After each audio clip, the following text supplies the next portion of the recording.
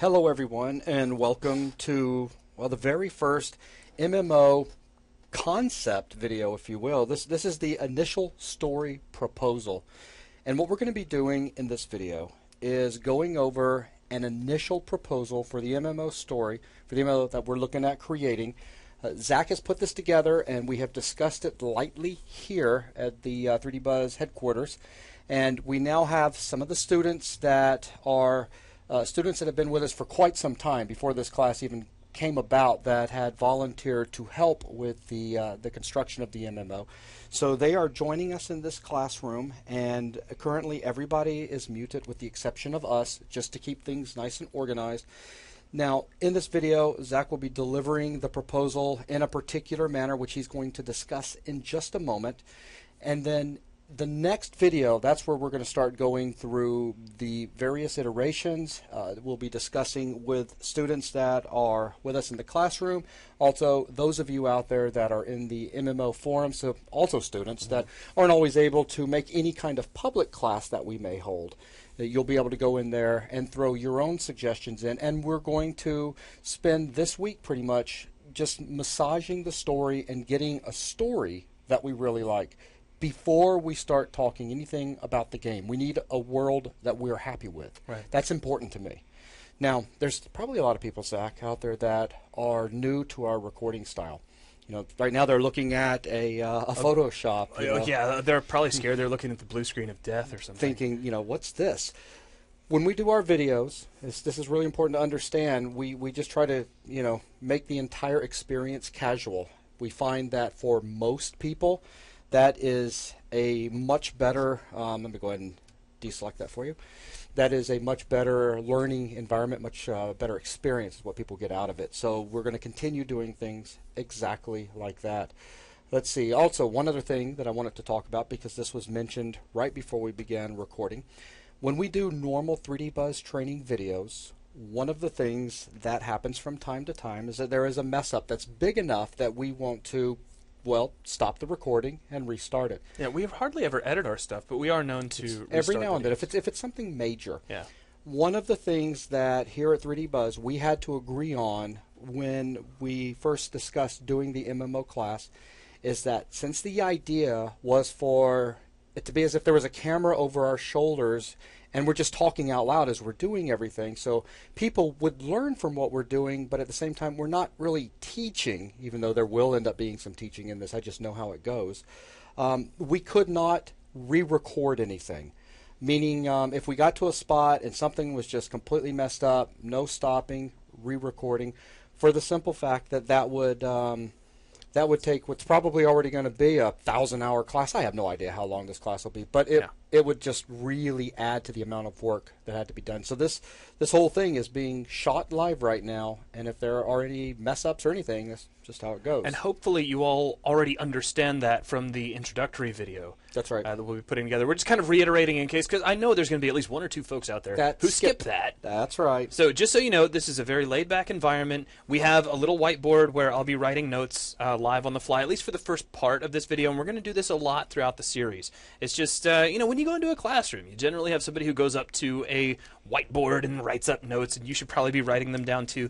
And this little Photoshop setup we have here allows us to do the same thing. And again, since this is a real development, when you're meeting with a design team that's putting together the story, or even if they're working on systems, different teams of programmers, you still usually have some sort of whiteboard and lots of drawing and, you know, trying to visually communicate ideas, data flow, etc. I just want to mention that our whiteboard is superior, though, because it is in fact blue. So with that, Zach, go ahead and talk a little bit about what you have planned in this session and how we like to visually communicate our ideas around here. Well, what I'm going to be doing in this video is going over the key ideas behind our story. When we sat down and decided we were going to make an MMO, we unanimously agreed that a story should come first. Build your world and then build your game upon your world. That's right. That was the whole kit and caboodle. We didn't want to just start off and go like, oh, well, how should the game play? What should the gameplay elements be? What kind of races and classes and combat? No. Figure out the world first and then place your game within that world. Now, to that end, I was actually tasked with drafting out something to get us started from. Now, I want to say this If speech could somehow be put into bold text, what I'm about to say needs to be in bold text that blinks between neon green and neon red or something. But this is just a proposed story outline. That's right. We're going to be discussing this with our team of developers, with our creative minds, so to speak, so that we can determine what's working, what's not, what people like, what they don't like. What I didn't want is for us to start this production with no idea whatsoever, and to have a group of people all just throwing darts against a wall with no lights on, so I have no idea what they're hitting. Right. So this is just a way for us to have a very, very general direction. What you're about to see me present could be entirely destroyed. And that's totally okay. I don't want anybody to watch this video and say, oh, well, this is exactly the game they're going to be making. Not at all. This is just a way to get us rolling. That's right. Though hopefully by the end of the week, we'll have a very good idea of the game that we are creating. Right. Something that we can actually draft into a more professional document that could be handed around, and people could go from there with a clear idea of what the world's going to be like. Now, you did say developers a second ago and designers, and that does bring up something very interesting. I did refer to our developers and designers that are joining us right now as students, and this is a very unique situation. While everyone that is joining us right now are students, I would also like to remind everybody that Lee, who's also with us, hey Lee, hello, and Zach and myself, we are students as well for this entire project, for the simple fact that while we wear a lot of hats, we don't wear every single hat, and so the development of this MMO over the next however long it takes to put together is going to be put together by people that are experts in different areas. And so, joining us tonight, I just wanted to quickly throw out a quick hello to these people and let everyone know that we've got Mr. Andrew Brown with us. We've got Andrew Thompson with us. We've got NATO Chris Morris with us, Mr. Derek Stevens, which many of you guys know. We also have Fat Gav, or Mr. Gavin, and also Matt Brummett, who we often call Matt Damon in, well, many of our videos. They have all taken the time to join us tonight. Mr. Leonard Helmrest was not able to make it tonight, but we should see him on the next video. And that's pretty much the core of the team at the moment. Now, at the same time, we would like to consider all of our students core members of the team if they want to contribute ideas and suggestions, though we've already made it clear that students do not have to participate and they do not have to contribute. That's up to you guys. But anyways, we got to have a starting point, and here we are. So I think we've kind of yammered on long enough for the intro. So with that, Zach, let me go ahead and turn it on over to you for some of the meat in this video. All right, well, what I'm not going to be doing in this video is sitting down behind Word and just writing something out. Now, I'll admit, there are occasions where I will do that. Sometimes the muse is upon me, so to speak, and so I just immediately have an idea, and I start typing, and stuff starts flowing, and then you edit and rewrite and all that kind of thing. But I don't really think that's an efficient way to work. One of my favorite things to do when I'm trying to flesh out an idea really quickly and see how things are related and interconnected is to do a mind map. Now, I have just recently discovered that not as many people as I thought knew what a mind map was. I know. I was really blown away by that. And I've been using these since grade school. Of course, they were presented to me when I was very young. It just turns out not everybody's seen them before. Now, I come to all of you from a collegiate background in graphic design, and they're a must in the design world, and I'm sure in any design. You really need to know how to do these. But what I want to do in just a couple of minutes is give you a really quick rundown of what a mind map is, in case you've never seen one before. And if you have seen one, you want to reach down and just, except unless you're watching this live, of course, if you want to just scrub forward for the next couple of minutes and skip this, I totally understand. What a mind map is a graphical representation of an idea so that you can see how various pieces of that idea interrelate to one another. There's no right or wrong way to make one, but here's just a really quick example. Let's say we want to kind of consider the idea of camping. Now, of course, this has nothing to do with our story. This is just an example of a mind map in general. And so you'd start off with the idea of camping, and you can put that in the middle of your map, and that's a ridiculously oversized circle. So, sorry, I'm going to immediately take that back out and make something a little smaller and save myself a little bit of precious screen space. We'll make our G look a little more presentable. Now, what kind of things do you immediately relate to camping? And this is the key concept when working with mind maps. Yep. You start thinking, the next high-level thing. This is general. First thing comes to my mind, equipment. Yep. You need equipment, so boom. So we can go boom, write out an idea called equipment, and then that branches off. Lee, what comes to mind? Equipment? No, other high-level stuff. Camping, equipment. Location. Location. I like that. Now let's just go here. And this is how we really do it around here with many of the different things that we've put together in the past. You guys got to understand, I'm 3 hands short of what I need right now. So here, you want to hold that for me? Absolutely. Thank you. Now, I'm going to slide this over to the side. Actually, no, I'm not. I got to get a little fancy real quick. So let's use Photoshop for everything it's good for. We'll slide this over here. Now, my mind maps, generally, if I'm putting them on paper, and I do a lot of them on paper, or at least I used to before I started finding software to do them for me, they'll go off in every single direction. Just for this example, I've got one that's kind of going to move off to the we'll right. Just flow to the right. Yeah, but there's no right or wrong way to do these. So, what kind of things do you generally associate switch back over to with? brush. First thing that brush. comes to mind: tent. Yeah, you got to have a tent. So, boom, and that branches off of equipment. Now, maybe you need, I don't know, a canteen.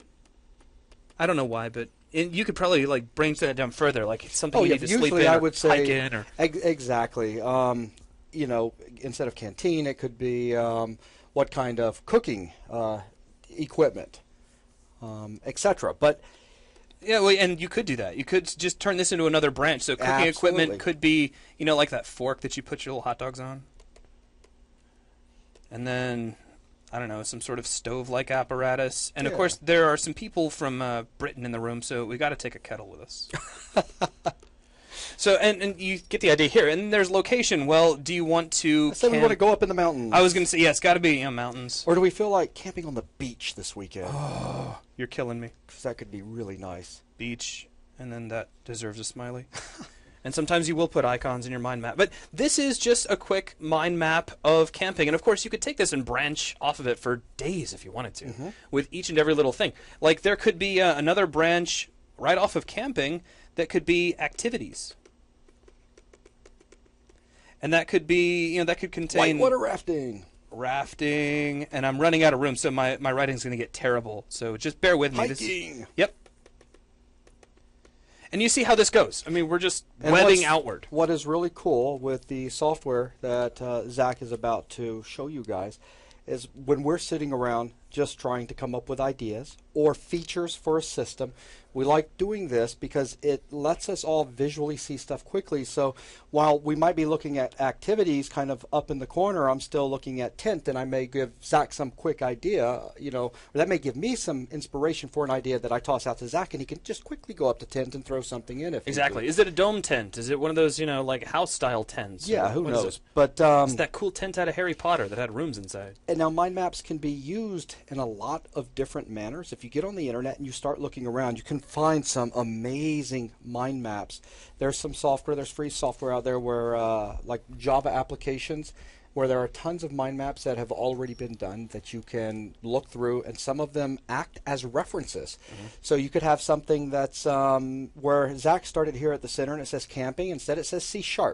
And then the major categories right off of C# could be things like types, keywords, and syntax. You could take types and open it up, and then you could go from there into an int, float, your string, etc. You can also tell stories as well, and I love using them for stories. Absolutely. So they're very, very powerful, and the only reason we wanted to spend a few minutes talking about them here is because we're going to be using them a lot. Now, when we make our map here in just a moment, we're going to be using a piece of software called NovaMind, which is up to version 5 at the moment. You do not have to go out and buy this if you don't want to. No, it has a 30-day trial if you want to play with it, and I highly recommend that you do. It's a killer piece of software. But there's no reason why you can't do everything we're going to do with good old-fashioned pen and paper. That's right.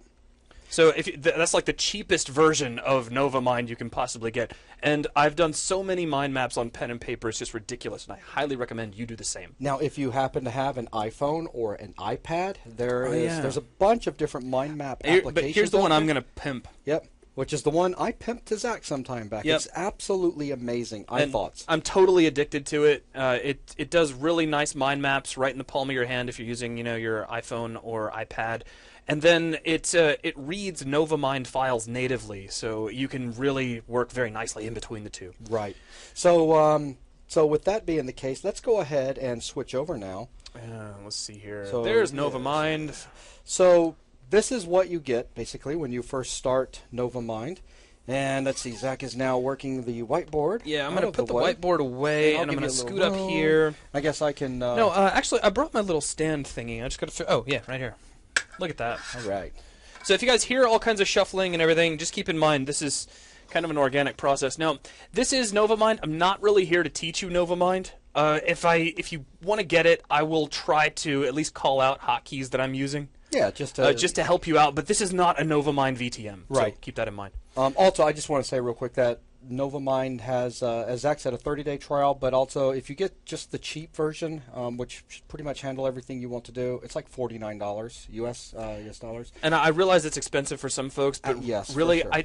I think if you try it out, if this type of idea management really works for you, then I highly suggest you consider budgeting for it. Yeah, but there are free ones out there. There are free ones out there too. I happen to like NovaMind. I like how they're kind of integrating it into the whole new Windows scheme. But I know some folks hate the ribbon. Like me. Anyways, like Jason. All right, so here's our first thing. Now, when we first open this up, I really hate the way this looks. I don't know why. The great big bright sheet of white is just a horrible eyesore for me. So I'm going to start off just right-click and go to Format Background. I like something in the dark gray realm of things, so I'll close that, and then I'm going to jump over to Map Design, and there's a simple setting. I like this, and you can, if you want to get in and play with all the different ones, of course, you're more than welcome. I'm going to go to Colors, and I'm going to set this to Business Red. There's just something about dark with red. It just makes me happy.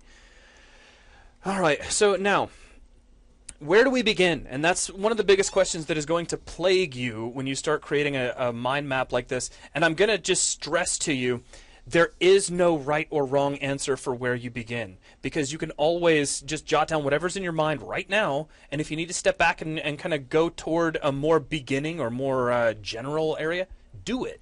And in our case here, of course, we're wanting to talk about the story, story elements, so we can start out by just simply calling this the MMO story elements. Right. Wow. I'm going to mistype things all throughout this, and I'll try to correct them. If I make a typo that just stays on the screen, please don't give me any flack. I'm sure none of you have ever made typos in your life, but I do on occasion. All right, so we've got our central area defined. Now, I don't want my entire story to branch completely off of this. What I want to do here is just get down some of the real basics that we wanted when we even decided we wanted a story. So this does go back a little bit into some of the history of where we are today. And that is, what kind of MMO did we want? Now, of course, there are so many MMOs that are now out there that are fantasy-based MMOs. We have World of Warcraft being the leading MMO. And, you know, millions upon millions of subscribers and hundreds of thousands, if not, you know, millions of active players. And yeah, there's so many of them. But most of the big ones that I can think of are fantasy-based. It's a popular format. We did do a poll on the front page of 3D Buzz that has what's more around 3,000 votes, and we had fantasy holding the lead for a while. Then we had science fiction holding the lead for a while. But the two topics, those two particular genres, stayed very close to one another. Very close. And I love that they're vague enough that you can really interpret them in any way that you like. And of course, we're wanting to make a game that we will enjoy playing. And again, fantasy's been done to death. It has. So what we were interested in was something sci-fi related, but sci-fi fantasy is awesome. For those of you that are familiar with Shadowrun. Well, that's like hard. Some people will say that's cyberpunk, and I know cyberpunk is sci-fi.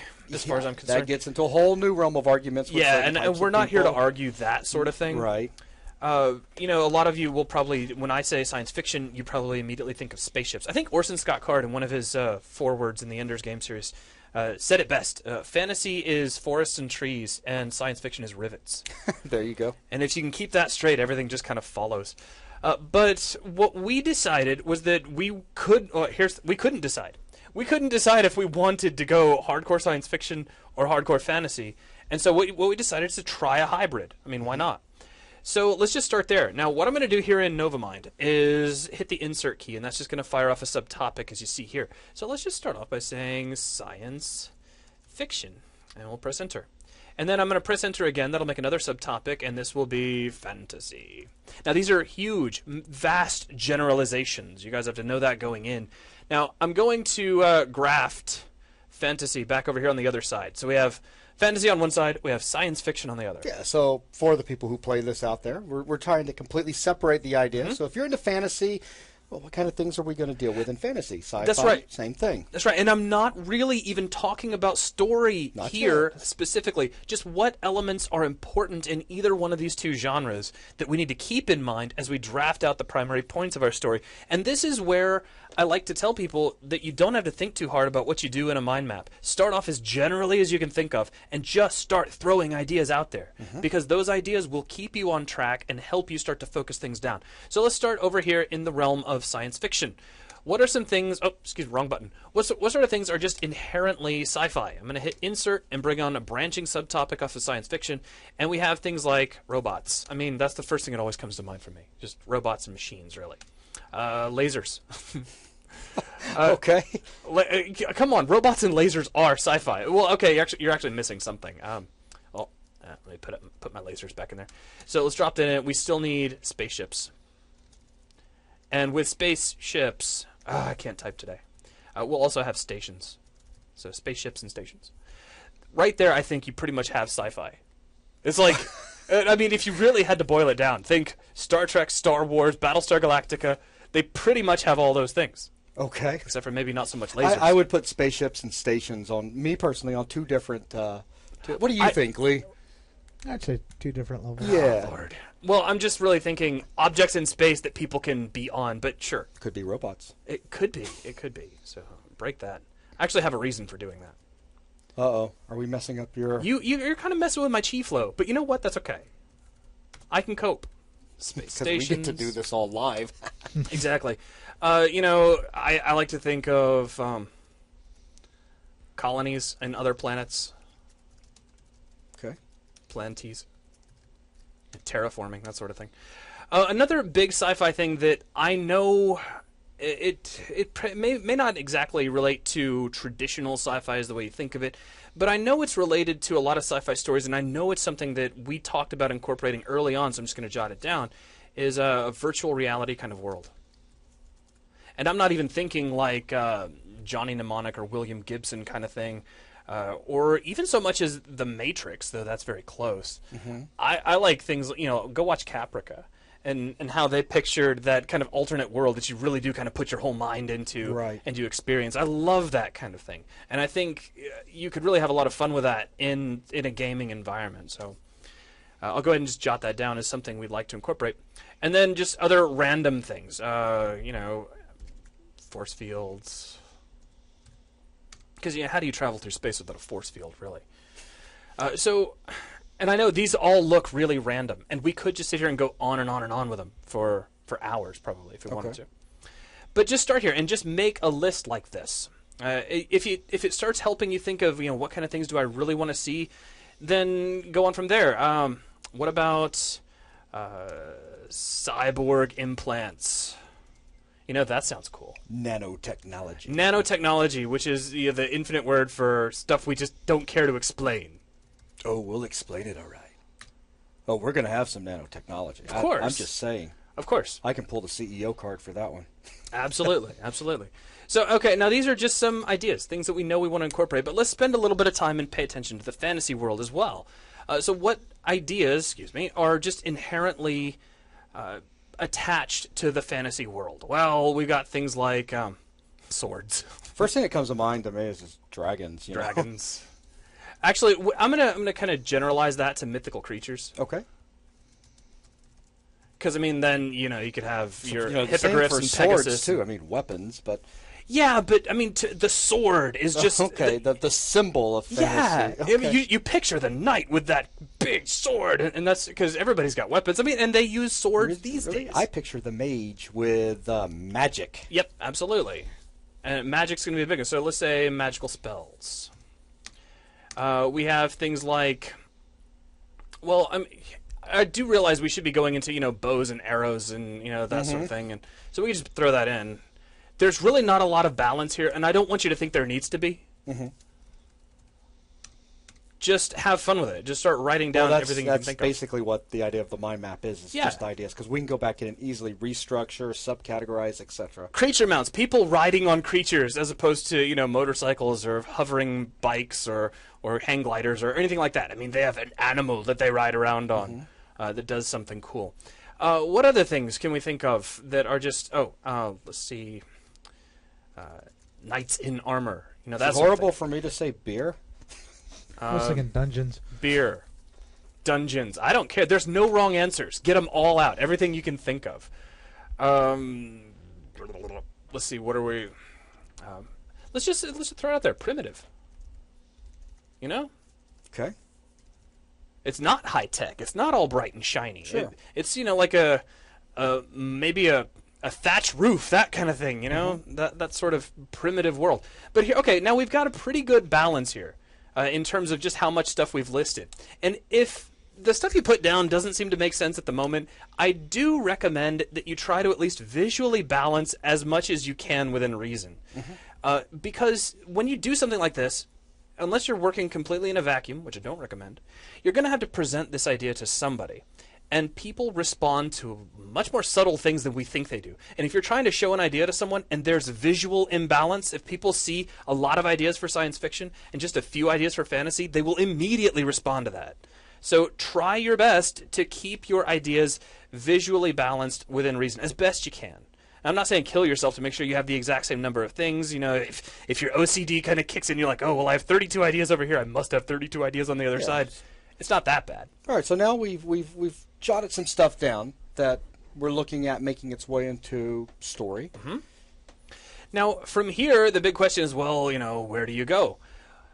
Well, this is where you got to kind of think about how do you want to present this, kind of in a gameplay manner. I know we don't really want to go into gameplay, but we don't want to go into gameplay. But you know, how does the world need to be presented? Well, what we've defined here is literally two entirely different worlds. And it's very difficult to make the two just completely interrelate. I mean, how do you have a world that is primitive and magical living in tandem with a highly technological world? Okay. It just doesn't happen by itself. So what you've got to do is kind of break down, okay, fine, how did it happen? Well, you're going to have to start with... Go ahead and get the ribbon to minimize up. Actually, I'm going to need it real quick. Oh, okay. Well, if you're going to need it in a minute, go ahead and leave it up. Then we'll get rid of it in a second. Because what I need to do, basically, is create a floating topic. Okay. And we'll be making a few of these. Now, that's under the insert panel for those of you who are playing with NovaMind. And what I'm going to do is just drop in... Now, here's something, I just want to throw this out, too, because I know a lot of folks, when they start trying to get creative, have a hard time with names. Names are a really scary thing to broach, and if you're having a hard time coming up with a good name for something, don't worry about naming it. Let's just keep this very simple, at least for a moment. I'll come back and change it probably later, but let's just say sci-fi people. Okay. So here's our sci-fi people, and then what I'm going to do is come back and we'll create another floating topic, and we'll just call this fantasy people. Now, me personally, because I am a writer and that sort of thing, I can't just leave it like that for very long. It does drive me crazy sooner or later. So what I had decided while I was working on this, is that let's consider this like a future Earth kind of world. Okay. So we don't have magic here. Now, according to legend, you know, there's all kinds of stories about Merlin, and there was magic at one time. It all depends on what you believe and all that. I don't want to get into all that. Okay. I just want to say, you know, okay, so humans continue to do whatever we're doing now, and technology continued to advance, and so these are the people of Earth. The sci-fi people are the people of Earth, and I like, as trite as it may be, I like considering them Terrans. Okay. You go with the kind of, what is it, Latin version of the word Earth, which is Terra.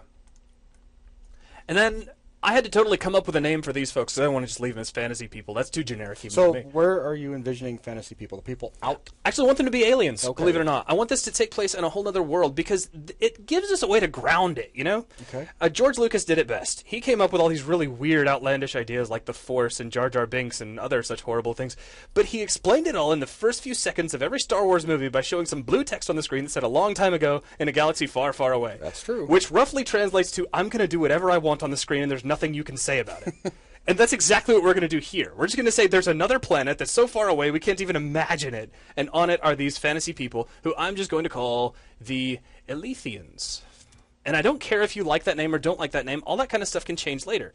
But if you can be bothered to come up with a cool name, do it. It'll make you feel better. I promise it will. So what we're going to do is explore both of these two peoples individually, and what kind of defines them.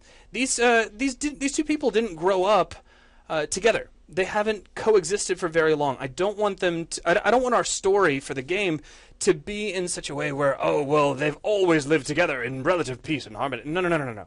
There's got to be a nice division. And for there to be a division, they have to have only met relatively recently. So let's start off by giving them kind of a back history.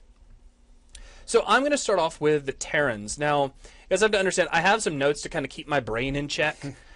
So if there's a pause for just a moment, it's just me kind of searching through my notes. Now, I am going to be dragging this around a lot, and I'm doing that with the right mouse button if you're following along with NovaMind for the first time. And I'm going to pull this up and kind of out of the way so that we can just focus on the Terrans. I'm going to select this, and I'll press Insert to start off our first subtopic. And again, just start throwing ideas out. Where are the Terrans from? Their home planet. And you can call it Terra if you want, but to keep people you present this to from being too confused, let's go ahead and say it's Earth. And we need to give Earth a reason to have explored the stars.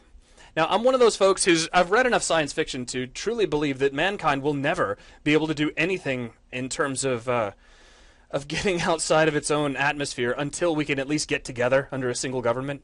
I don't picture that government being very pretty, but it kind of has to happen. So I've got a generic name for this. We're going to call it the United Terran Hegemony. And it's just, like I said, it's just an idea. You just throw it out there. If you don't like it, get rid of it later or change it. What's another important thing about the Terrans? They use high technology. In fact, in terms of our overall game, that's their whole motif. These are your techno people. Okay. Now, some other important things. We want them to have other planetary colonies.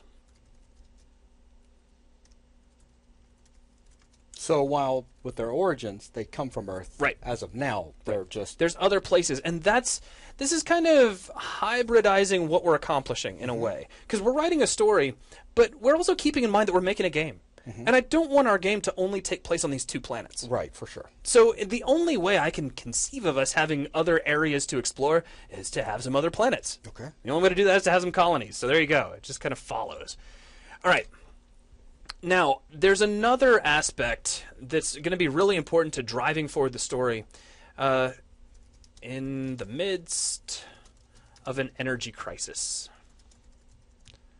And that only makes sense. I mean, one of the things that actually has popped up recently in, I think it was on Gizmodo when I was reading it, they say there's going to be another several hundred years before we can actually start doing interplanetary travel because we just don't have the energy for it now. So let's assume we come up with some sort of energy means to get out there, but this outward spread of humanity really starts to deplete our energy resources.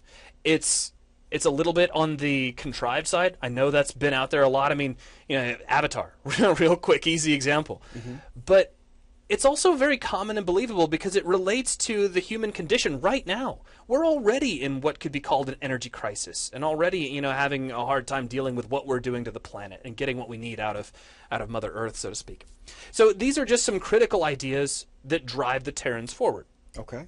Now, let's just stop right there, and let's jump over to the Alethians. Okay. Now, I'm going to move them kind of up here into their own little world, too. I like the idea of being able to focus, so we'll just kind of put them in the center of the screen.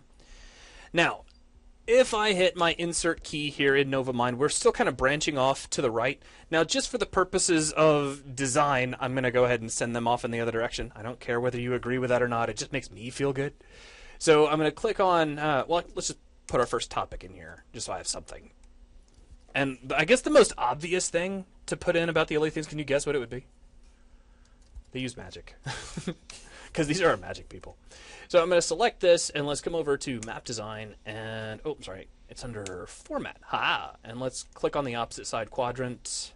Or do I have to graph this? I'm sorry, I'm kind of new to this application. So it's one or the other. So we'll just graft it over to the other side. Zach's a huge iThoughts user, which doesn't actually work here. Yeah, I'm used to touching the screen, and I can't even reach your monitor from here. And like it would do me any good anyway. So now let's jot down some more ideas for the Alethians. So we started off with home planet, so let's do a home planet here too. Home planet, and it stands to reason that they'd be from Elethia. Now, I just totally came up with that name off the top of my head. I Google searched it and didn't find that many references to it. I recommend you do that too, so you're not coming up with an idea that's already really been beat on. But I'm not going to say it doesn't exist out there. All right, now take a look at some of the things we've already put, and I'm going to change the position of these, just kind of keep things a little bit balanced. Mm-hmm.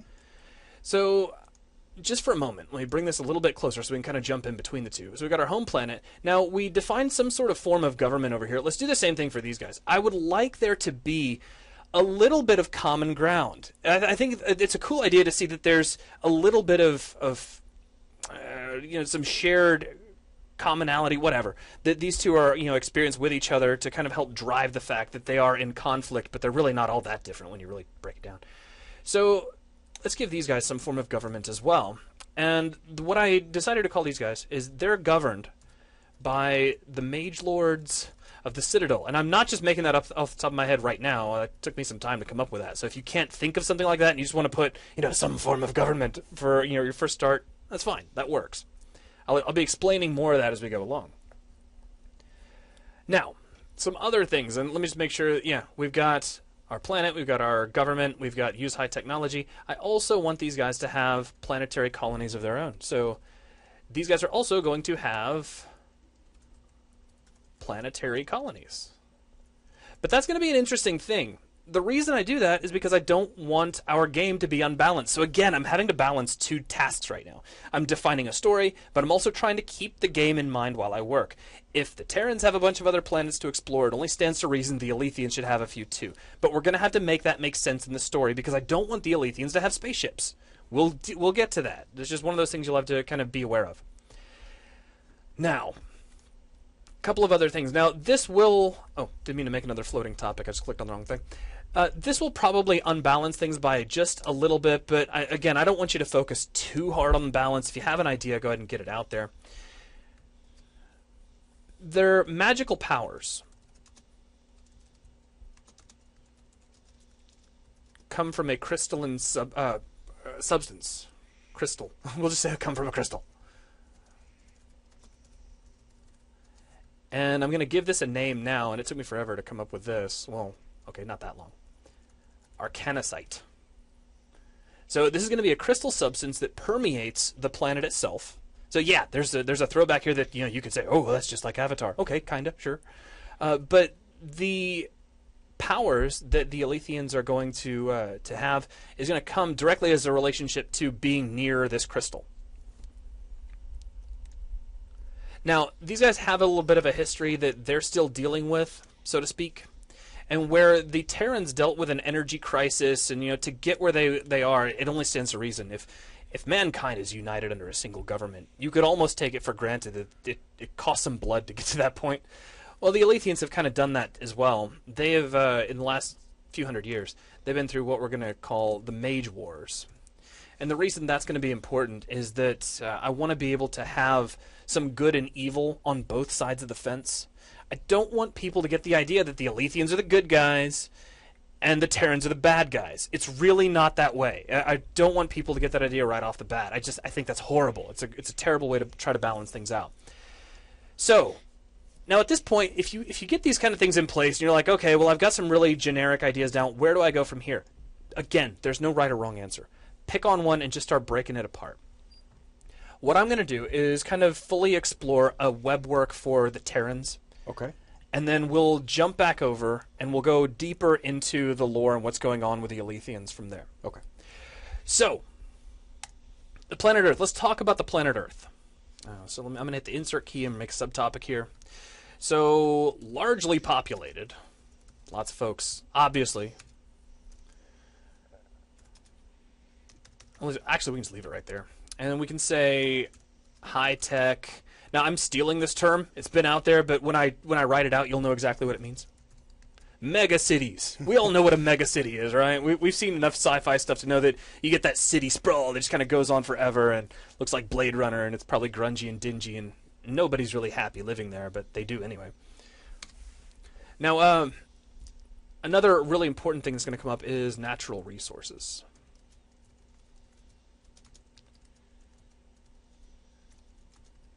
They're at a dangerous low. Okay. Now, I don't want this to be like, it doesn't necessarily have to be like everything is just the slums and we barely have enough, energy to live, that sort of thing. But it does need to be a precarious situation, a delicate balance that's being maintained right now. Now, let me zoom in a little bit on my my notes just for a second. All right. Now, another one is society. And I'm just actually going to branch off of this. So don't be afraid to make as many branches as you feel you need to.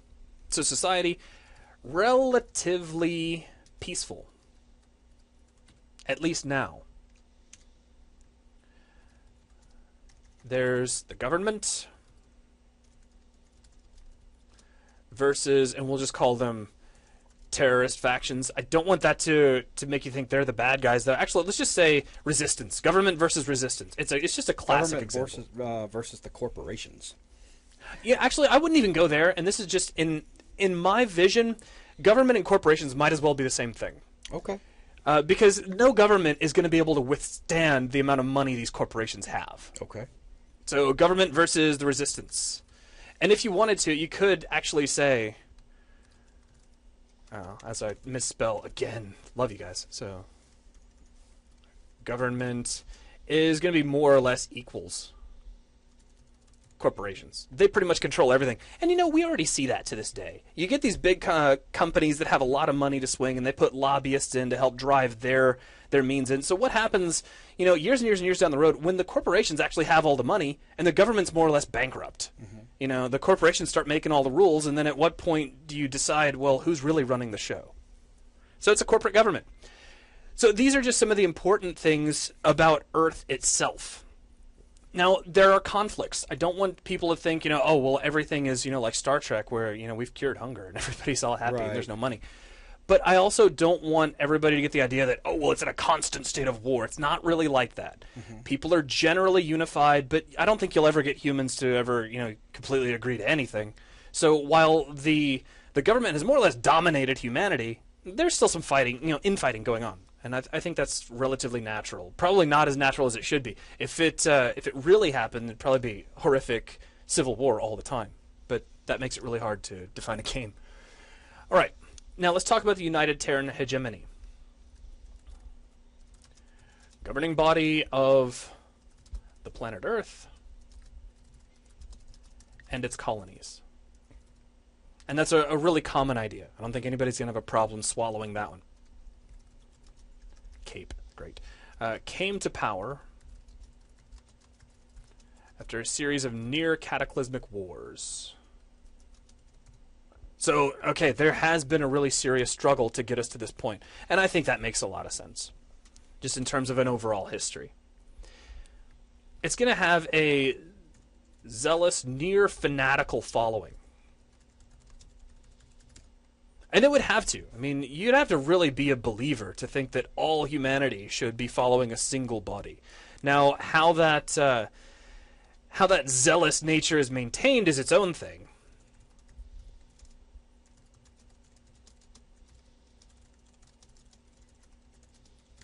So allegedly uses forms of mind control to maintain power, and you can come up with a million reasons how this could be. I mean, do you drug the water? Are there subliminal messages on TV? Do you just put branding everywhere? I mean, do you live inside the company in which you work? Whatever it is, the minds of the populace are being driven to stay together as opposed to really promoting free thought, that sort of thing. And another important is going to be opposed only by a few splinter factions. And that's something that you could end up exploring later on in the game through other groups that you may have to interact with or do missions for. I'm going to try, because I know NATO's in the room somewhere, I'm going to try not to say the word quests. So I'll say missions. All right. Now, I think that gives us enough of a real basic rundown of our environment. So let's just talk about this high technology that they supposedly use. Now, this is one of those things where you could probably go on and on and on and on for hours. So I'm going to get some really key basics in, and then we'll just kind of move on from there. And if you get lost or you don't know where to go next, remember some of the things you wrote down. And, explore some of those that seem important and branch them out. Just, again, we're just brainstorming here. But already we've got a really nice network that we can follow and see how the idea is evolving. Yeah. Actually, just interesting thing is this is just the initial brainstorming where really you sat down and based off of stuff we've talked about over time, and then just started pulling everything together and putting all of these various things we've tossed around over the last few months down into a format that can be, said here. But just as a reminder, with this just being the initial story proposal, this will not be the final at all. This thing's going to start taking serious shape once we bring in people like NATO and Andrew and Matt and that's right, etc. And our students that want to participate. And then the story. But the nice thing is we're starting from someplace, and everyone is going to get to see how it actually changes from this to what we end up with. All right. So what are some of the things that we talked about? Well, robotics. I think this needs to be an important factor of the high technology, only because of the doors that it opens up. I mean, you can have robotic NPCs. I don't necessarily ever want to see a robotic player character, though I'm open to the idea of cyborgs or other, something that can have human intelligence imbued into it in some form is fine. But I don't picture that as a robot. I picture a robot as some functional machine which does something, even if its function is to try to kill you, or assemble vehicles or something like that. So there's one thing, and we'll just kind of throw that in. Now let's see. Another big one, and with any sci-fi story that involves robots and high technology, this always comes out, so let's get it out of the way now, and that's artificial intelligence. Okay. But I'm not going to call it artificial intelligence at first, and the only reason I'm not is because I don't picture it always being artificial, and I got to use finger quotes when I say that. So what I'm going to call it is electronic intelligence, and you'll see why in just a second. So let's kind of branch off from there. What in the world do you mean when you say electronic intelligence? Well, on the one hand, you have the classic artificial intelligence. Now, the reason I'm breaking all of this down is because I think it could really clearly relate to the story, to the development of players, to the development of NPCs. It opens up a lot of possibilities for missions, for interaction, for back history, for a lot of exploration. So we have the artificial intelligence. Now, here, this is something I totally just came up with, so, that's how it goes. Psychosentience. Sentience. What is this? I'll explain in just a minute. And then finally, we have cyborg intelligence. So I'm avoiding actually adding the word intelligence there. But you could, of course. So let's break down what each one of these means. Artificial intelligence is exactly what you think it is. It's just a program. Programmed. I need to go ahead and move this over so we can kind of read it. Highly sophisticated. In fact, people who talk about AI these days, they don't even like to say the word artificial intelligence. They like to say sophisticated. Sophisticated? I think you may have. Oh, I got carried away. It's hard to talk and type. Yeah, totally understand. Sophisticated, that mimics human thought. So that's what it is. We've just defined it. Now, what makes it important to our world? Well, it's useful for a lot of reasons because, you could program it, your coders, your programmers could tweak it to perform specific tasks and analyze various problems in specific manners, of course. But I want to kind of draft out here that this would be limited. Or limited.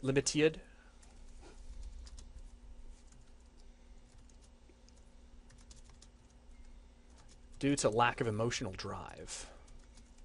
And just as far as I'm concerned, this will always be the reason why we can't ever create true, with finger quotes, artificial intelligence. We can make an analyzing computer that can do all kinds of great things, but we can't ever make it want to live, want to make decisions. There's no drive behind it. But that doesn't mean it's entirely useless. Now, psychosentience. This is a term that I came up with that borrows very heavily from the works of William Gibson. If you read the book Neuromancer, there is a character in there who was a hacker who's been killed, and his entire conscience was downloaded into a computer. And he ends up being used as a character, but he's really kind of a frightening character in the book, because if you shut him down and reboot him, it's almost like he just kind of starts over from the point that he was recorded. And this is kind of what I'm thinking here. This is literally... Let me go ahead and just kind of branch off from there. It's an intricate neural network. Oh, I can't type tonight, guys. I'm really sorry about that. Intricate? That looks right. And I'm using neural network by the actual definition of it, which, I mean, if you pictured the programming of it, it really would be a series of connected nodes, so I'm not just making that up. It's also, let me just put a comma in here. Software, hardware combination.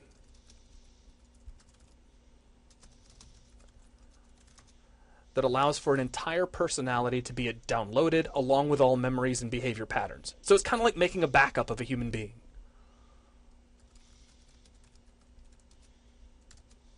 We'll just say download of a human mind. So that's what it is by definition. I think this could be useful just as a story exploration. You could possibly turn this into a player character, but I don't think I would want to. Because I just don't think it... I like, if you're going to make an RPG, you should at least have something you can roleplay. And I don't think any one of us could actually roleplay something that completely restarts when it reboots.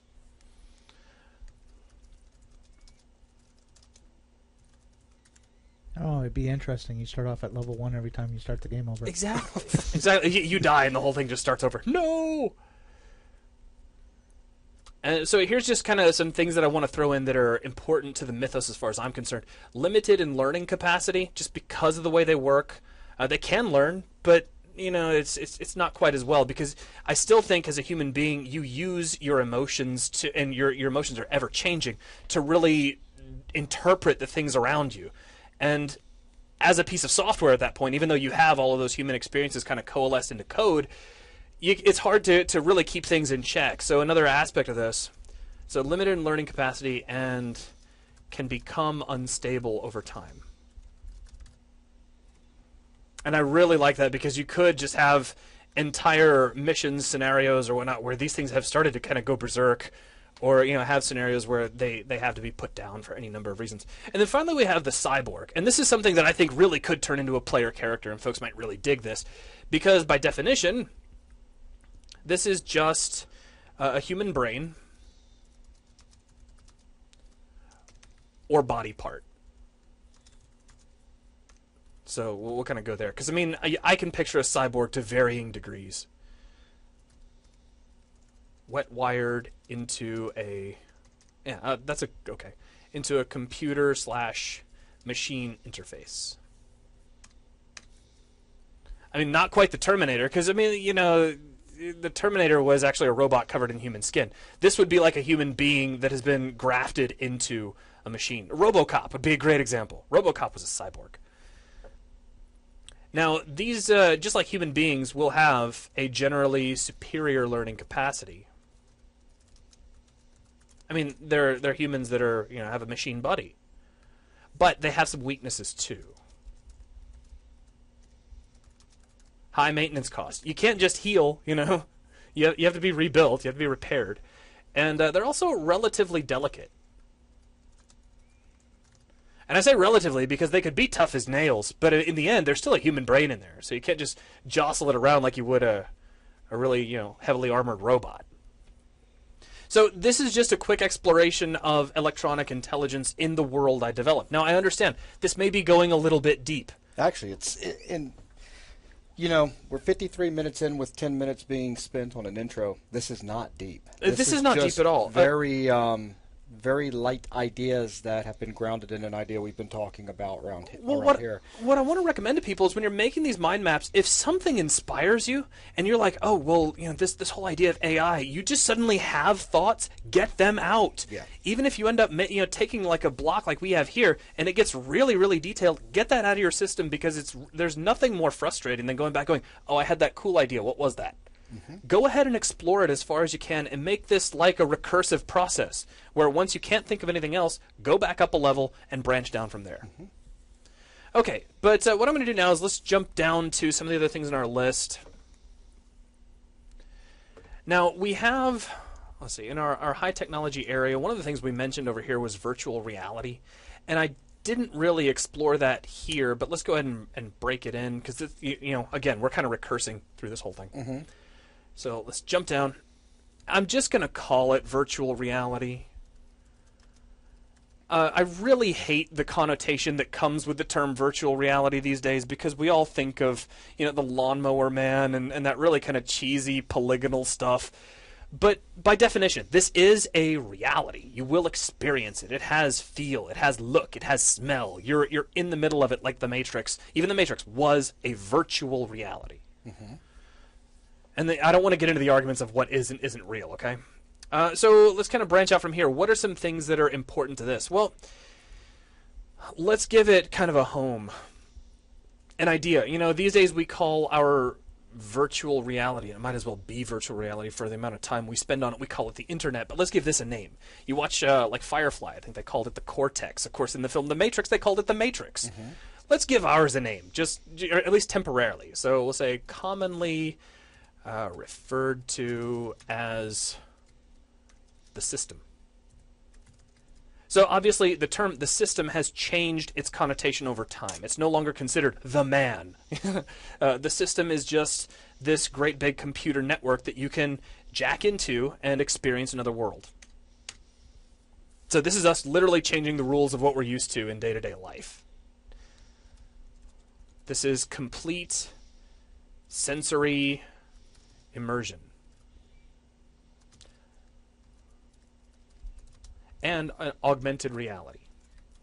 So, you know, when you jack in, yeah, it's going to look real. I want it to look real. I want it to be, you know, things like what you see in Caprica and the Matrix where, you know, oh, wow, this is an environment which looks very much like the real world. But then there's other things, too, that you just can't see in the real world because once you can code to that level, well, you can start making other things that are equally realistic. Another important feature, hacking and data thievery. Big industry in this. Information is power. Stealing information is stealing power. And stealing power is what mankind has always been very good at.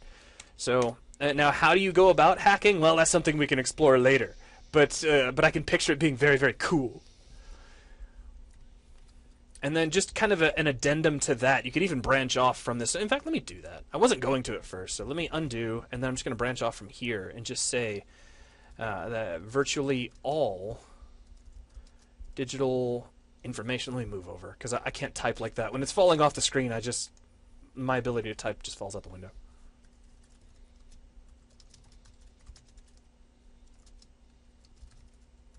So it's all there, guys. Everything you might want to find is probably available at some point within the system. So, I mean, I picture things like, let's just one more thing, things like corporations having their own sites. And the term site would actually be a different thing. Maybe there's like an entire city within the system that is just related to this corporation. And, you know, if you want to know more about it, well, there's an informational area you go to. Just let your mind go with that. And if you wanted to really explore that, you could. But I think just even saying something like that is enough to wet the tongue, so to speak. Now, some other bits of high technology that we probably want to look into is weaponry. I mean, we had to get here sometime.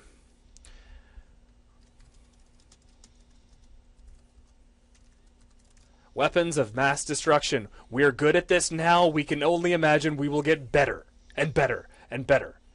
That's also going to play heavily into the story, and you'll see why as we go. It's not something that I actually went back and added later, but it's just one of those things where I just picture humanity really just kind of, it's who we are. We always want to see who can kill the best. So there you go. Now, if you wanted to break into that and, you know, like what kind of weapons of mass destruction? Do you want to say atomic bombs? Do you want to say beam weapons? Do you want to say satellite cannons? Of course, by all means do that, but I'm going to keep things relatively simple for now.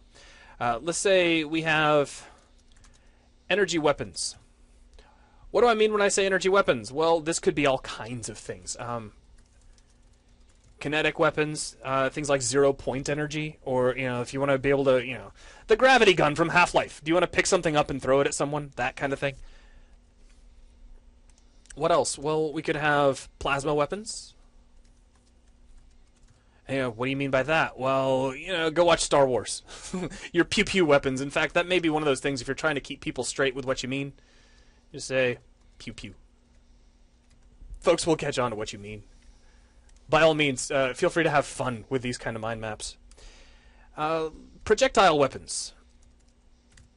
I don't think the idea of the classic gun will ever go away. We may find different ways to hurl that projectile. Rail guns, coil guns, maybe even some sort of ignition of a force field which drives a projectile forward. But I think we're always going to need to take some piece of material and push it through some other piece of material at a very high velocity. So we'll have projectile weapons in there somewhere. And then just to keep things not only balanced but interesting, again, you got to kind of come back and say, well, what would be cool for a game too, is the world of melee combat. So let's kind of throw this in here. Melee weapons. Now, these can be really, really cool. I mean, you can just start thinking of all kinds of stuff. Like the Star Wars mythology, if you read into the books, they have things like vibroblades, which apparently vibrate at some ultra-high frequency and can cut through anything. If you want to have fun with things like that, by all means, go for it. But I just want to get out on paper there will be some kind of melee weapons. This day and age, yeah, we have the occasional knife. Somebody may mug you at knife point. But when we think of combat, we generally think of people with rifles. And that's probably true, but that does make for very boring gameplay if people are always shooting each other. And I know everybody who plays, like Black Ops just kind of sighed. But there's even a melee button in Black Ops, and there's a reason for it. So you could, let's say if I absolutely had to branch off this, I like the idea of there being a heavy Asian influence.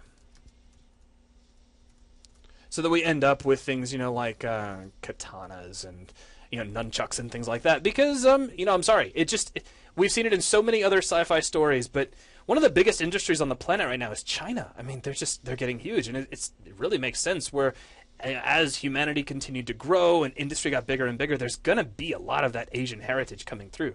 So let's just go with that. It's been there, it's been done, but it doesn't mean it's a bad idea.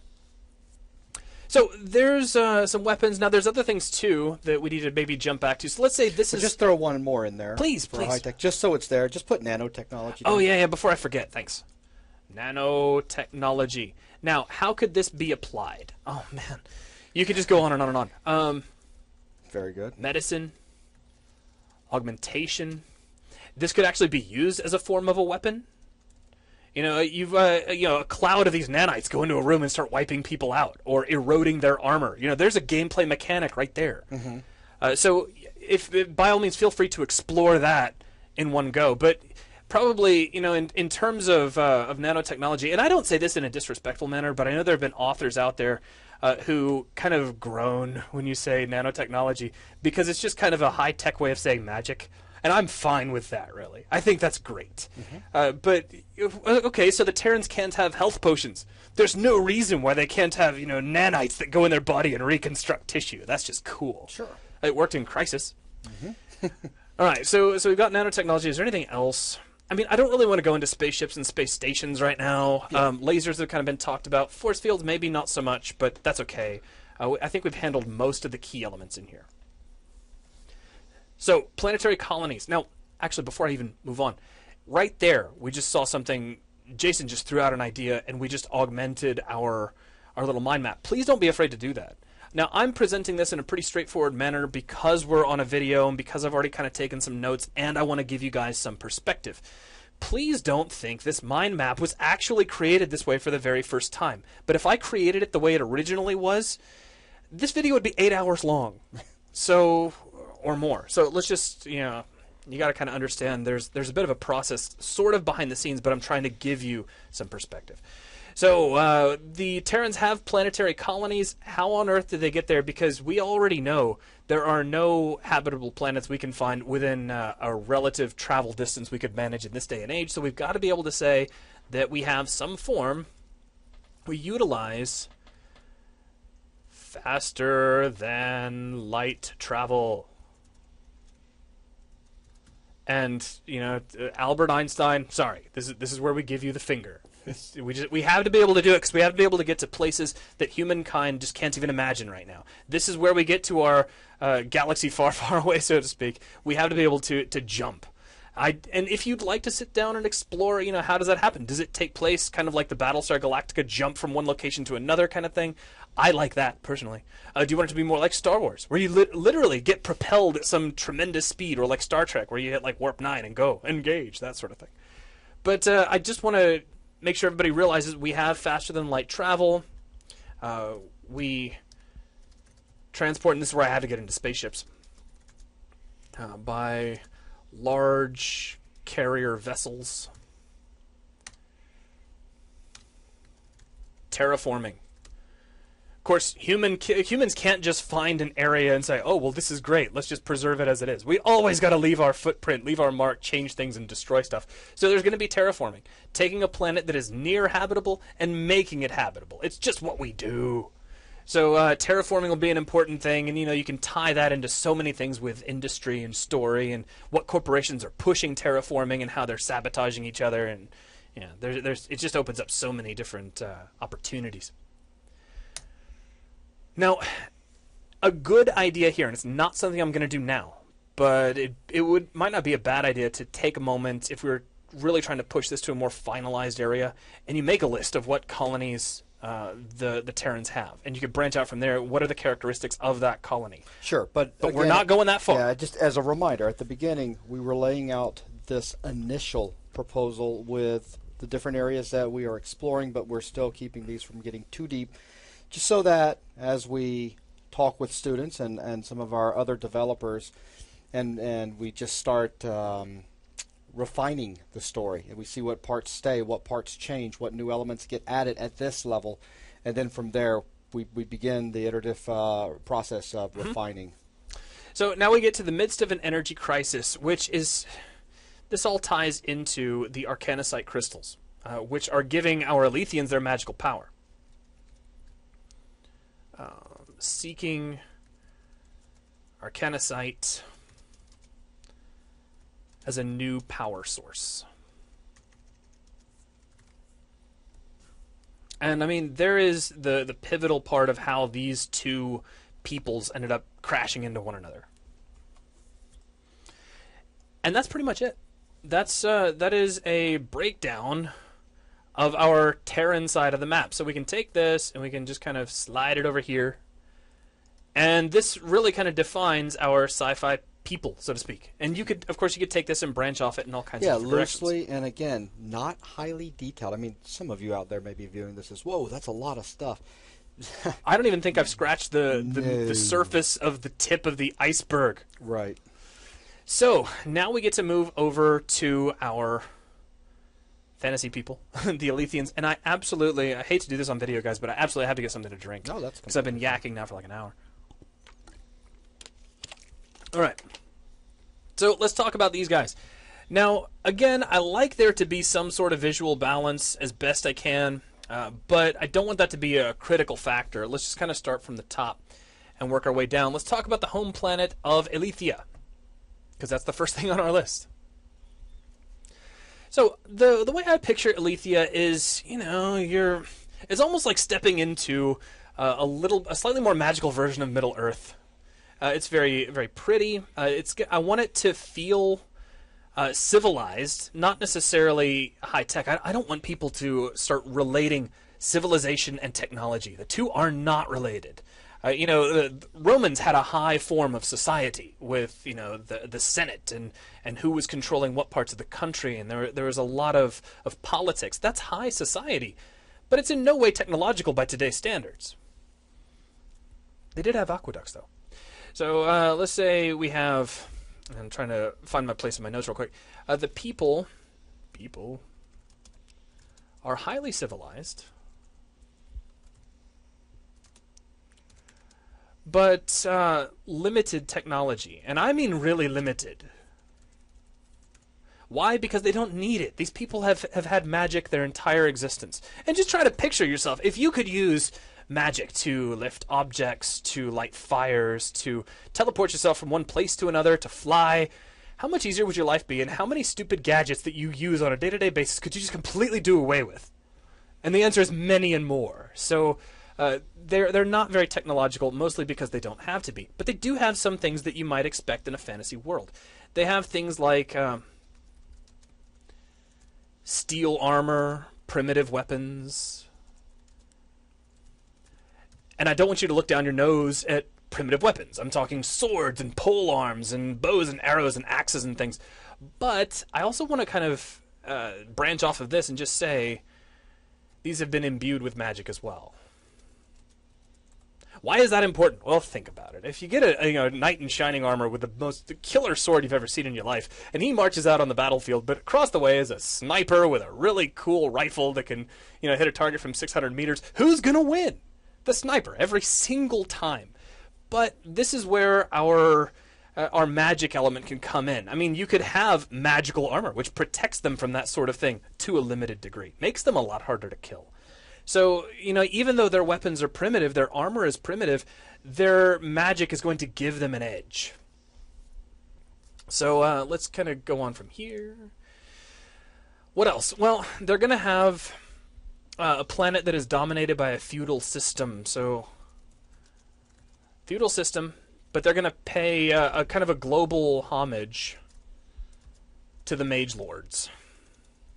So again, that central governing body that we discussed earlier. So there's going to be a lot of little villages, state-like areas that kind of control themselves. They have their own council, but they're all pretty much dominated by the mage lords. And we'll talk a little bit more about why that is coming soon. Now, we can also talk about the source of the planet itself is the source of this crystal. So it's the source of Arcanasite. So you're also kind of tying into and borrowing a little bit of stories like Dune, where, remember you had the planet Arrakis, which had the spice, and the spice was, the driving force behind commerce and everything. Well, we have a little bit of that too, because this Arcanasite can be used, or we've come up with a way to use it in machinery as a power source. So that's important. It also seems to have these magical abilities. That's also important, but only this planet's got it. And so that makes things very complicated. So there's a quick rundown of the planet of Alethea. And of course, again, this is just keeping things very simple. I'm sure you could go on for hours and days about all kinds of things tying into that. But let's move down the list and we'll talk about the Mage Lords of the Citadel, this governing body, which in a lot of ways is going to be kind of analogous to the United Terran hegemony across the way. So there is kind of a relationship there. So what are the Mage Lords of the Citadel? What is this body? This is an enclave of magical warriors and their descendants, because these guys have been around for a while. I'm probably going to misspell that. Maybe I didn't. Now, I want this to have that image of, I'm just going to put this in quotes, those of the pure blood, the bloodline mentality. These are the people who descended from the original mage lords, and that's how they get their power. That sort of the God-given right mentality that we saw in monarchies even here on Earth. It's something we can relate to as being primitive, but still being powerful, as long as people are willing to accept it. And these are some very powerful mages, users of magic. But why? I mean, why are they here? What has caused them to get into the position they are? Well, these guys and gals saved the planet during the Mage Wars. Mage Wars, thank you. From the terrors of the Mage Wars. And the Mage Wars are something that have their own heading. So we'll just kind of keep that in mind. We'll talk more about the Mage Wars a little bit later. Now, I do want to interrupt for just a second and let everyone know, and you, Zach, that Mr. Chris Morris just asked the question, and that is, how alien do you see these guys as being, biological-wise? Well, because, and this is something that would be really, really up for debate. Mm-hmm. I would like them to appear human. Okay. And the reason I say that is, I think there's, and I could be totally wrong in this, is one of those things that is certainly up for debate. But I really feel like when you give something new and kind of exciting to a physical form, people are going to automatically be drawn to that. And I think magic is already going to be kind of an imbalancing factor in a way. Everybody likes magic. I'm sorry. Everybody wants these superpowers. That's why we came up with nanotechnology for the Terrans. But I also like, from a story level, the idea that these are two races, two groups of people that have a whole lot in common. In form, in history, in their development. They're divided only by the space in between them and how they've changed and how they've evolved. But I want it to actually look like well, why can't we just get along and be brothers? Where we're both human in nature and in form. That's kind of the look I'm going for. But that's just my idea. Right. What I'm afraid of, and this is just why I decided on that when I was kind of thinking my way through the idea.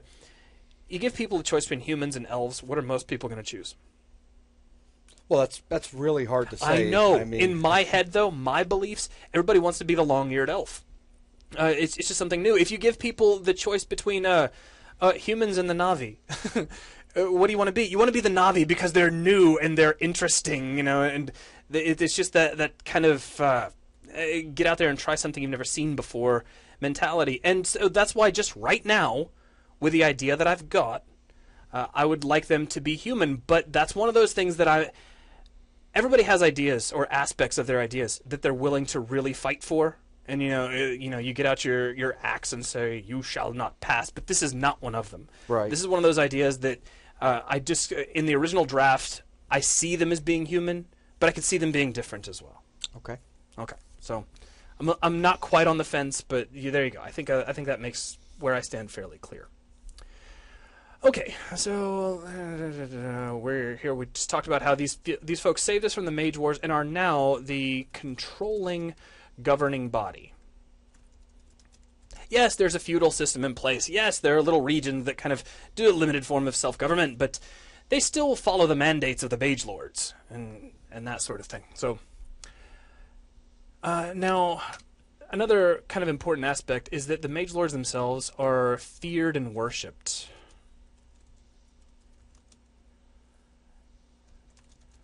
And in some cases hated by the Alethians. Which again, I think ties into a very understandable form of the human condition. There's always going to be those folks who really believe in a great leadership, and always those who just rebel against any form of authority whatsoever. So that's just kind of a very, very, very high level of the Mage Lords themselves. Just enough for you to kind of know who and what they are and generally what they represent.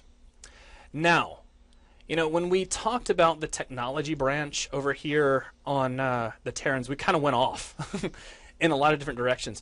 And it only stands to reason that we do something vaguely similar over here with the use of magic as opposed to technology. So let's break this down a little bit.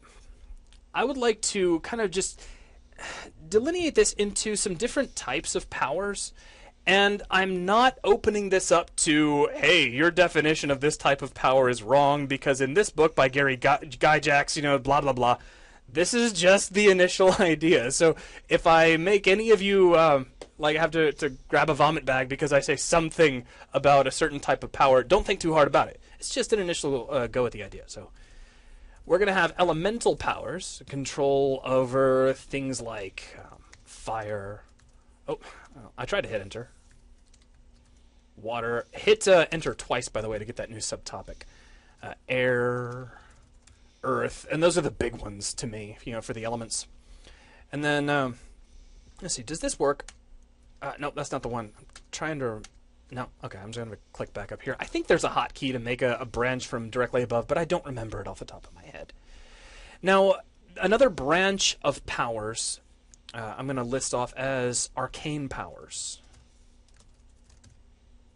And here's just how I'm defining those. So, again, if you whip out your RPG dictionary and start wanting to throw things at me, refrain. We can always rename these later. But this would be powers over time and space. Things like teleportation, freezing time, moving faster, that kind of thing. Extra dimensionality. And you might be thinking, well, how does that differ from control over time and space? Well, if you picture control over time and space allowing you to slow down time around you or to speed yourself up, and maybe control over space being, control over matter, maybe something like telekinesis. And maybe teleportation falls under being able to step through from one dimension to another. There's all kinds of ways that you can start to explore that. But this kind of metaphysical approach, energy manipulation, which could also tie into telekinesis, or maybe the deflection of heat or energy in some form, bending light maybe. And another one would be telepathy, which could utilize any one of these, coordinating directly with the brain to allow you to think thoughts to one another, to communicate over long distances, all kinds of things. But it would give them a bit of an advantage in a lot of ways. Now, what are some other powers? Well, I like the idea of there being some sort of transfiguration. I mean, because the Terrans have cyborgs. You could take on all kinds of forms if you could have a machine body. I mean, you could literally turn yourself into a quadruped if you wanted to. And there's no reason why you couldn't. So let's give the Alethians some ability to change their form as well. So what can we do? Well, of course, there's the standard, which, shape-shifting. The ability to reorganize matter. I'm just going to let your brain play with that one. If you want me to explain it, I'll come up with some things. But, maybe not entirely transforming yourself, but transforming other things as well. Maybe only transforming a part of your body. You could also argue that has to do with maybe healing yourself. You're literally reconstructing parts of your own body, and that sort of thing. So now there's another branch too, and I'm just going to call this Forbidden Powers. Now this is going to tie pretty heavily into the history of Alethea, because I don't want anybody to get the idea, I think I said this earlier, I don't want there to be, the Alethians are the good, noble, and just people because they use magic and they're so pure. No, there's some pretty bad stuff that goes into magic as well, and that was actually one of the causes for the Mage Wars. And let's go ahead and just put that in there. Major cause for the Mage Wars. Because there's a lot of power to be had in these forbidden powers, and they're just kind of considered evil and taboo. And that was one of the key reasons for the massive conflict itself. But what are the forbidden powers? Well, necromancy, which is literally the control of the dead. Things like, now this is a term that I'm just kind of coining here. Death-bringing spells. Spells that literally just kill you. I don't mean cause damage. I don't mean rip your heart out. I mean literally your life force is just extinguished by this. Think of Avada Kedavra from Harry Potter. That sort of thing. I mean, that's horrible. That's an abomination to use magic to do that sort of thing. Let's also look at blood magic, things like, blood rituals, the sacrifice of another person and using the power that comes with something that evil to make yourself more powerful and maybe augment yourself. So, I mean, that's just a horrible branch of magic that has caused all kinds of problems in the history of Alethea. Now, there's more to it than that. I don't want it to just be necromancy. Things like soul stealing. If we consider that maybe there is a magical force that helps drive you as a person, maybe there is something kind of like a quote-unquote soul, and you could take that from someone else and use it to fuel your own powers, that would be horrible to do that to anybody else. So it would be classified as a forbidden power. And then things like mind control. I mean, to really to take over someone's mind and make them just literally experience something that they have no control over whatsoever. A horrible power that could just do so many damaging things. All right, so that's just a quick rundown of spells and powers. Once again, just like with technology, that's something you could branch off of all day and all night for days and days and days on end. So, all right, planetary colonies. We put this in here as a balancing act because we can't just have the Terrans having colonies of their own or nobody else. So these the Alethians, they don't have, and I got to put this in quotes, space travel in ships. They don't do that. They don't have a spaceship. They lift off into the stars, that sort of thing. What they do have is what I'm going to call observers. And literally in the back of my head, I picture, the wizened old wizard with some sort of cool telescope object, or some sort of magical item that allows him to see deep into the stars to places where, where other Alethians could possibly go and explore. And so, using a combined massive effort, they teleport themselves. So you could say teleportation to other worlds. But at the same time, that is already a horrifically unfair advantage right there. Because you don't want people to go like, well, why was there even a war? Because the Alethians could have just teleported directly to Earth's capital with an army and ripped everything apart. This is not to be taken lightly. This would be the kind of thing where the combined efforts of all of the Mage Lords and half the planet might get a very small group of people onto another world so that they could explore and start building something up on their own and start communicating. So, let's just say, very difficult. So they do have colonies, but they're a little different to manage, so to speak. All right, so moving along. So these folks are dependent upon Arcanocite for their powers, but I don't want them to really dwell on that.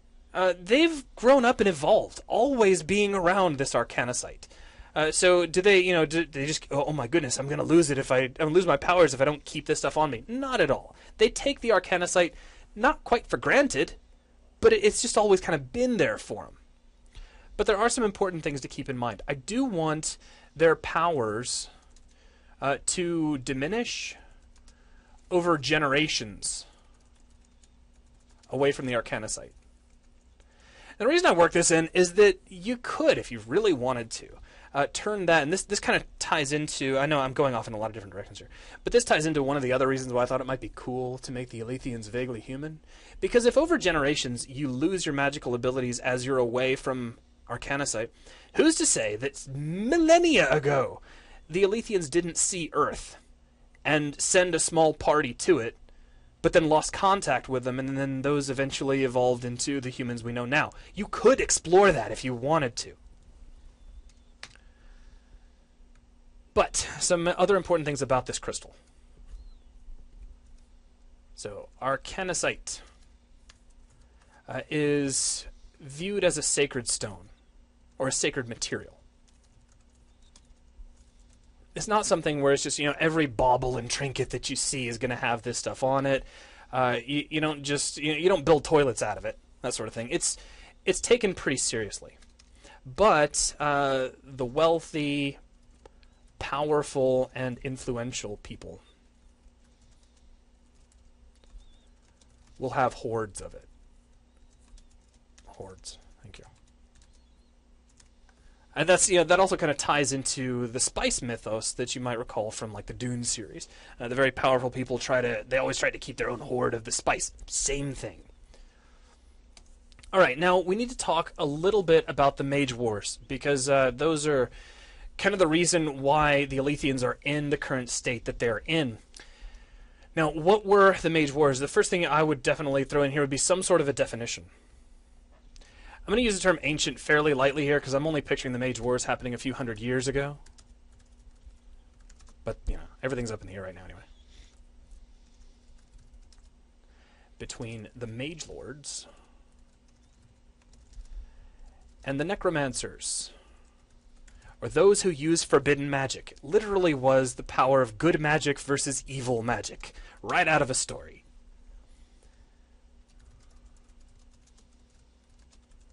Destroyed a large portion of Alethia's population. So they've had their wars as well. Again, these aren't the happy people that have never known conflict. Not at all.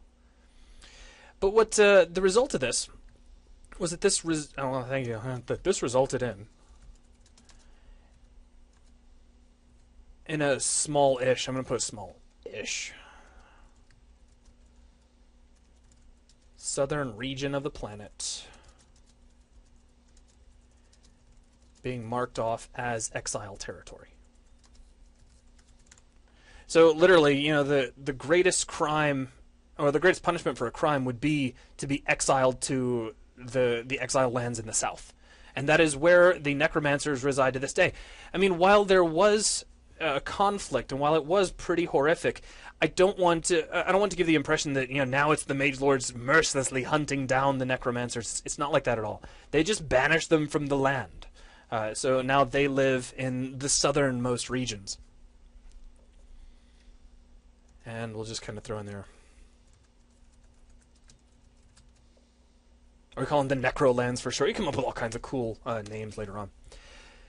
Now, another thing, this is just something I'd like to throw in there, and this could tie into more maybe about the Mage Lords either way, but let me just throw this in. The stories and the history of the Mage Wars are allegedly altered to support the cause of the Mage Lords.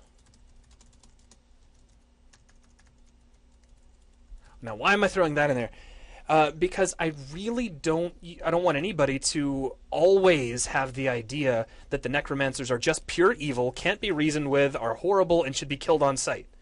They're people too. They just have their own set of beliefs. And what's gone on is there's been a bit of a smear campaign with the rule of the Mage Lords, and they've really put these people down and given them a highly negative connotation. Yeah, what they do is pretty messed up. But I like there to be that kind of social conflict where it's possible that a mission or an exploration at some point in the game could take you deep into their lands, and you find out that there are villages and people down there who aren't necessarily evil in the traditional sense. I like that. And that kind of ties into maybe a little bit of World of Warcraft, and I'm sure there's other examples as well, but this one comes readily to mind, where you have the undead. Where, okay, they're zombies, they're former followers of the terrible Lich King, but they have their own society, and they're not necessarily here to kill everything in sight. Now, they do have their own plans, and but it gets complicated, and that's what I want. I want it to be a little complicated. And there we have it. We have our two groups more or less drafted out to a high level. Now, the question at this point becomes, how do you get these people together? Well, I'm going to define this in a very, very simple manner. You could write books, I'm sure, entire novels, an entire series of novels on how these two groups get together, experience each other, have wars, have relationships, whatever. Well, can I please jump in real quick? Please. It's a good time for Andrew Thompson asks, what do you have in mind regarding religious beliefs on both sides? Haven't thought that through. Okay, that'll be something. That's something that we'll handle as we start getting into the story iterations. I actually wanted to, because I think the Mage Lords open up a lot of room for that sort of thing. And, the other day, I was watching a trailer for the film Priest. Mm-hmm. And there's that scene right at the very beginning of the trailer, and I don't know if any of you have seen this, but you should go see it if you haven't yet. And I'm not worried about what your religious beliefs are. This was just awesome. We get a guy who goes into a stall that's supposedly like a confession booth, and he looks up at this computer monitor and does the whole, forgive me, Father, for I have sinned. And this robot CG kind of priest kind of malfunctions and starts trying to give him some sort of advice about saving his soul, but it's clearly not functioning properly. It's just a broken program, and I loved that concept, that you got something as sacred as the idea of religion and saving your soul that's just been hammered into a computer program that has a bug in it. That was beautiful, and I wouldn't mind seeing something like that reflected in the Terrans. Perhaps they do have a religion, and perhaps there are those who are very zealous about it, and they really, really staunchly follow it. But it's been diluted by all of this technology, which has kind of worn the human soul fairly thin. I like the way that feels. So I hope that answers the question. So let's kind of make a new branch off that is just a brief overview of the history of the encounter between these two groups. So I'll come all the way back over here to our MMO story elements. So let's go to Insert, and I'll make another floating group, which I'll drag right up here to the middle. And let's zoom in on it.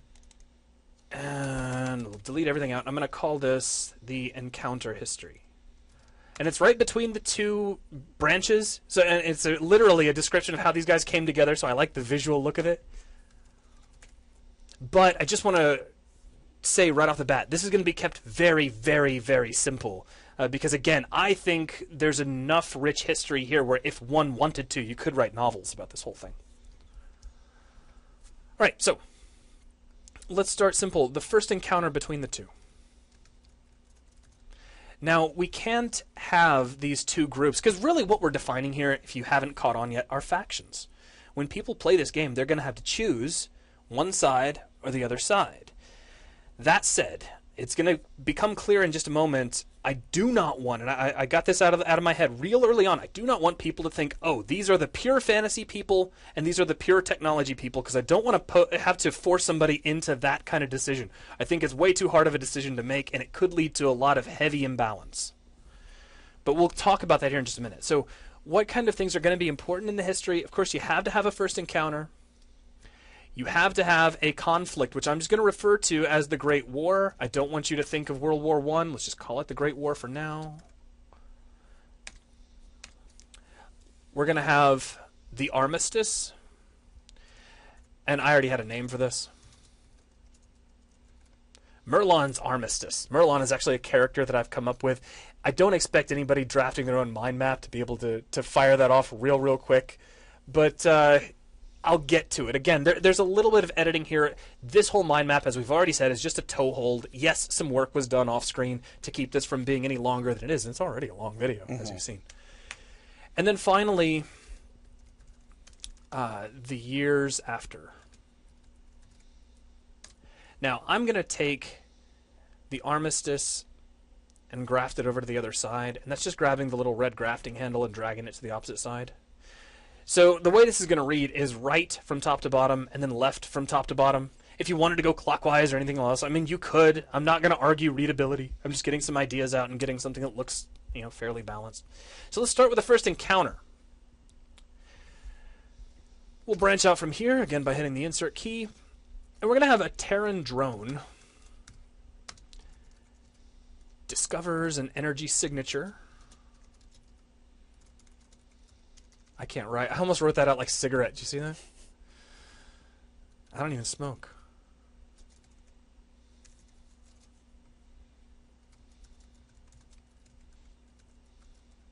So there you go. We have sniffed out Arcanasite for the first time. A deep space exploration drone. I'm picturing after years of trying its best to discover some sort of resource out there in the cosmos, picks up some signal. I mean, think like pulsars. Pulsars actually put out some sort of an energy signature that we can pick up, and so does this Arcanasite. So our drone picks this stuff up, and let's just kind of fast forward through the history. Terran envoy / exploration team sent to Ilithia. Now, I'm going to jump up one. Bink. Now, this is something I'm throwing in just as part of the fiction. I don't expect anybody to do this, but again, get as many ideas as you can. Drone is spotted by Merlon, who's an observer, the guys we mentioned earlier. And not to go too far into mythos,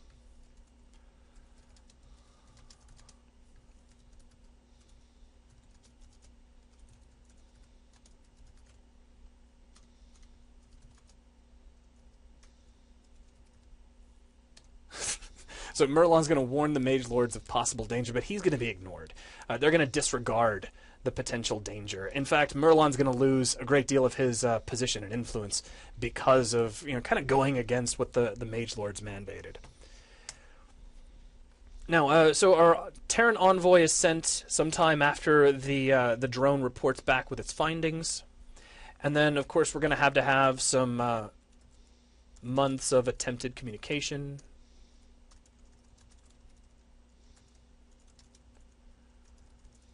Culminating finally in a breakthrough. You have to have that moment where finally we can communicate. I do picture these two groups speaking different languages. Even if they did look human, and again, that's in the air, I just want to mention, I don't picture these folks getting off the boat and speaking a common language, shaking hands, let's go play poker. I want it to, it was difficult to establish contact. And we've seen in games where it's very easy for you to have different languages just by kind of encoding what one faction says to the other. So that's easily done. Semi-easily done. So an arrangement is finally brokered or let's just say agreement, an accord. I like that. So an accord is reached.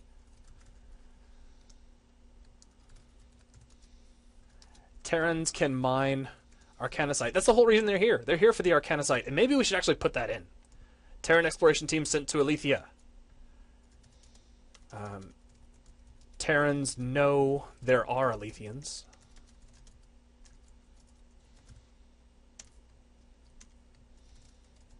Terrans want Arcanicite. I should start capitalizing that. Ah.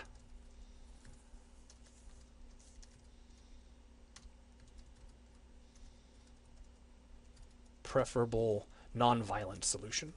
Yeah, I think your Arcana site happened to have one eye missing out of it. I think it did. Thanks. Mm-hmm.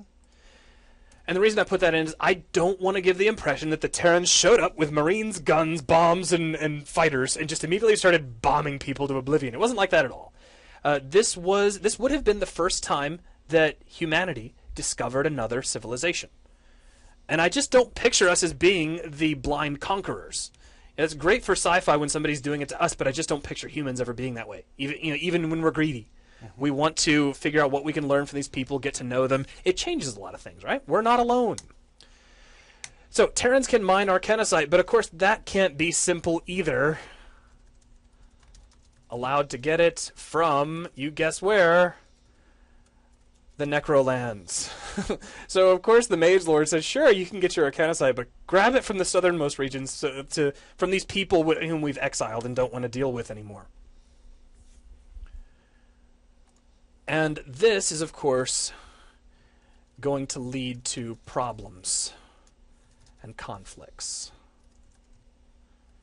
Because the necromancers of the southern regions, of course, had nothing to do with this accord. They're just going to see these strange people coming down with these strange machines, setting up shop, tearing their lands apart, and they're going to resist. They're going to fight back. Which brings us to the Great War. Where did the Great War come from? Started with conflicts between Terrans and necromancers. Or the necromantic people, call them what you will. I don't have a solid name for them yet. We just know that they are the people who use forbidden magic and live in the southernmost regions. Wars became costly.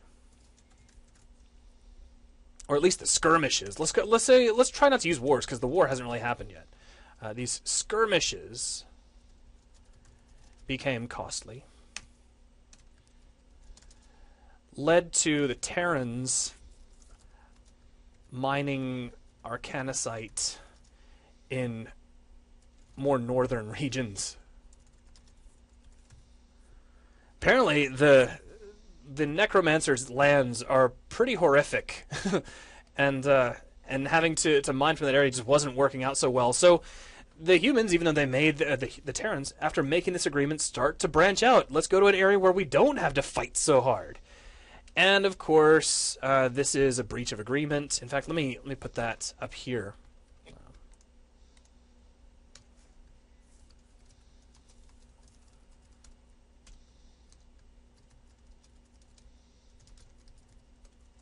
Great. So now the two peoples are literally going at each other. On the one side, we have the Terrans who say, we're being treated unfairly. You did say that we could, work together on allowing us to get some Arcanicite, but you didn't tell us that you were sticking us in this terrible area that we're going to have to fight for. And of course, the Mage Lord saying, well, you agreed to go down there. If you start mining it up here, we have a problem, and it just escalates. So, what became of this war? What happened? Well, it's going to be pretty nasty, but obviously the Terrans would be at a huge disadvantage.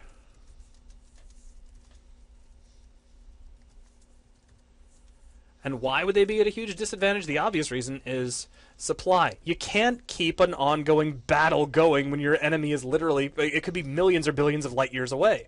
It's hard enough to get out there, much less keep sending supplies to keep your armies.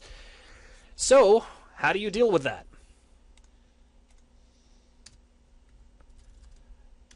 Threat of weapons of mass destruction.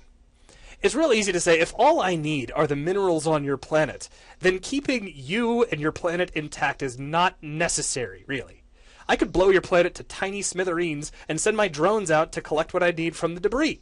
That would be perfect. So this threat, it kind of leads to a stalemate. The Terrans can't possibly win a conflict over such distances, but the Alethians couldn't possibly defend themselves from the horrific weapons. So they eventually come to what is known as Merlon's Armistice. Merlon, who originally, as we saw, he was the first guy to notice the drone that detected Alethi in the first place, he becomes the first envoy to the planet Terra, the first Alethian to set foot on the planet and actually talk to people. And what are the details? Well, to keep them simple, end of hostilities, that's going to be the big one. And how do both sides benefit? Because that's going to be the big part of any sort of arrangement like this. Why do you stop a war? Well, there's got to be some sort of mutual benefit to no longer killing each other. Terrans get limited access to Arcanosite mining.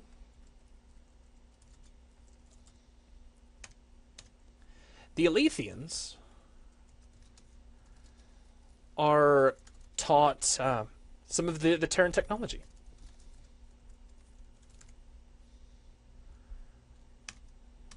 So, of course, trade is going to open up. Of course, that's going to be a big deal for the corporations of Terra.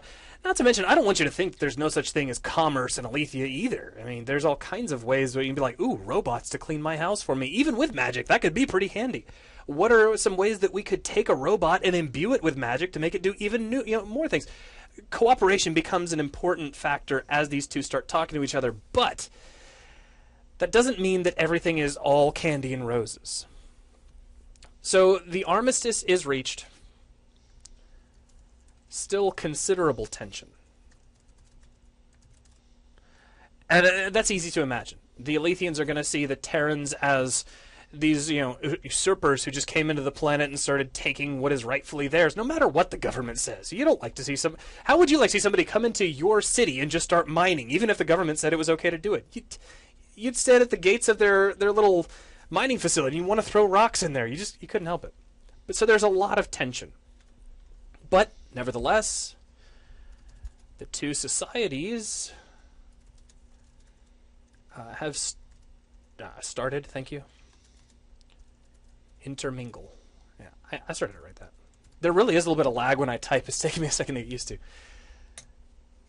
And I also want to throw this out. I'm imagining roughly 100 years have passed since the armistice. So while all of this stuff that you see here is not exactly ancient history, it's happened long enough ago where there could have been some considerable intermingling here. So we're going to end up with things like magicians. Let's stick with Alethians. We'll just assume they know magic. Alethians who use technology, up to and including cyborgs and hackers and computer people who started their life out as Alethians and have had magic. But we've also started to develop, because of their exposure to the Arcanosite crystals, we have Terrans gaining some magical abilities.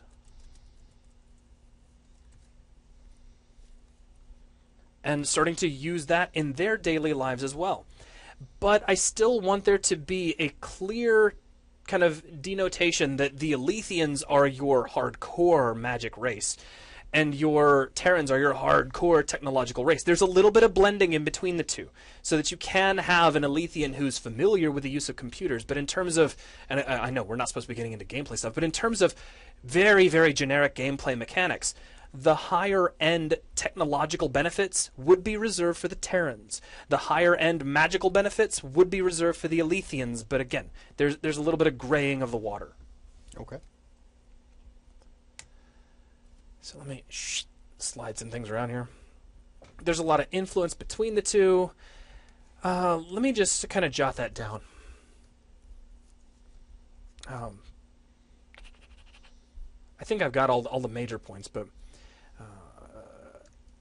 I didn't want to use the word hardcore, but I'm going to do it anyway. Okay. Hardcore magic abilities equals Elethians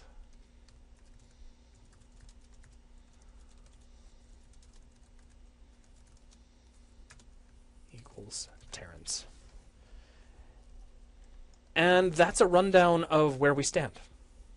Cool.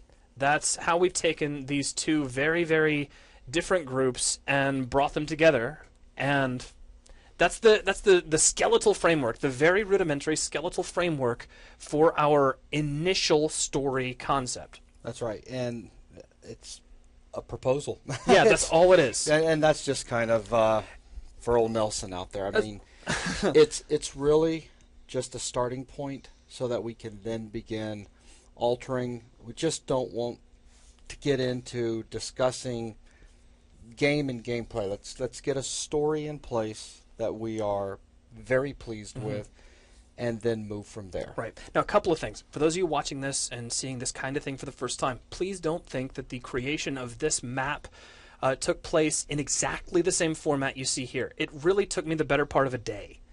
And even that is kind of fast. Well, really. and that's also been influenced by With things we've talked about. Yeah, for with months of consideration. So, I mean, don't think that you can just sit down and just fire one of these out in a single session. Put some time, thought, and effort into these. But the other thing, too, is allow yourself the ability to change things. And that's what we're going to be doing, too. This is just something to get the ball rolling, so to speak. Now, I do want to go ahead and just say, for anybody who's listening in right now, and there are a few students, is there anything that I've presented that could use further clarification? Okay, so while We'll just have to give them a moment to respond. they get that, because in just a minute we're going to be wrapping this video up, but it's beginning in the next concept video that we will begin, well, really diving into the different areas and making changes, adding things, removing Taking in things. other ideas that I'm sure I didn't consider. Also, just another kind of form of reiteration. The reason this is just a very, very general, high-level skeletal overview is because if I was pushing this as a final idea, this map would be probably 50 times larger than it is right now. Right. Hopefully, there is no one out there that would think that, this entire thing would be, in an hour's time, here is the whole story. Right. When we're looking for something as sophisticated as what we're dealing with here. Let's see, we have Chris Morris asking, do you have a big bad evil guy such as the Lich King or Karazhan that the two sides can come together to fight in a common play area? And I think that's something that we can discuss when we start getting into story iterations. Right. there. I considered it. I actually had a couple of ideas drafted out as, the external evil. That, no player character can join this faction. It's the one reason that we're staying together. And I think there needs to be a common enemy. I really do. Of course, there's already been one suggested. But I didn't explore that very much because I want to get the key themes of these two factions ironed out before we branch out to that common enemy. Okay, and also we've got Gavin asking about what sort of quantities of arcanicite are valued, such as how are they valued, micrograms or tons, or and that's one of those things where I think that's way into the details. That's a lot further in the details that I would want to go. I would say in the tons. This is a very large planet. I actually picture this thing being bigger than Earth, and there's a lot of this material to be had.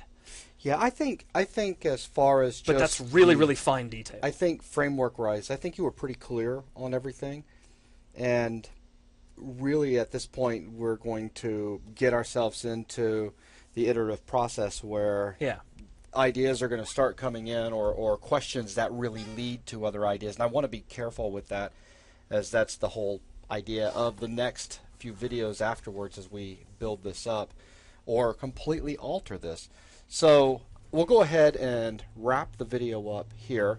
That gives people almost 2 hours worth of stuff just to see where we're starting and then it's going to be interesting to see where we end up with story-wise here, even over just the next few days. So I'd like to thank you guys for taking the time to watch this. And again, if you have thoughts, if you have suggestions, please add them into the MMO forums, and we shall, we shall be reading all of it. And thank you very much, and goodbye.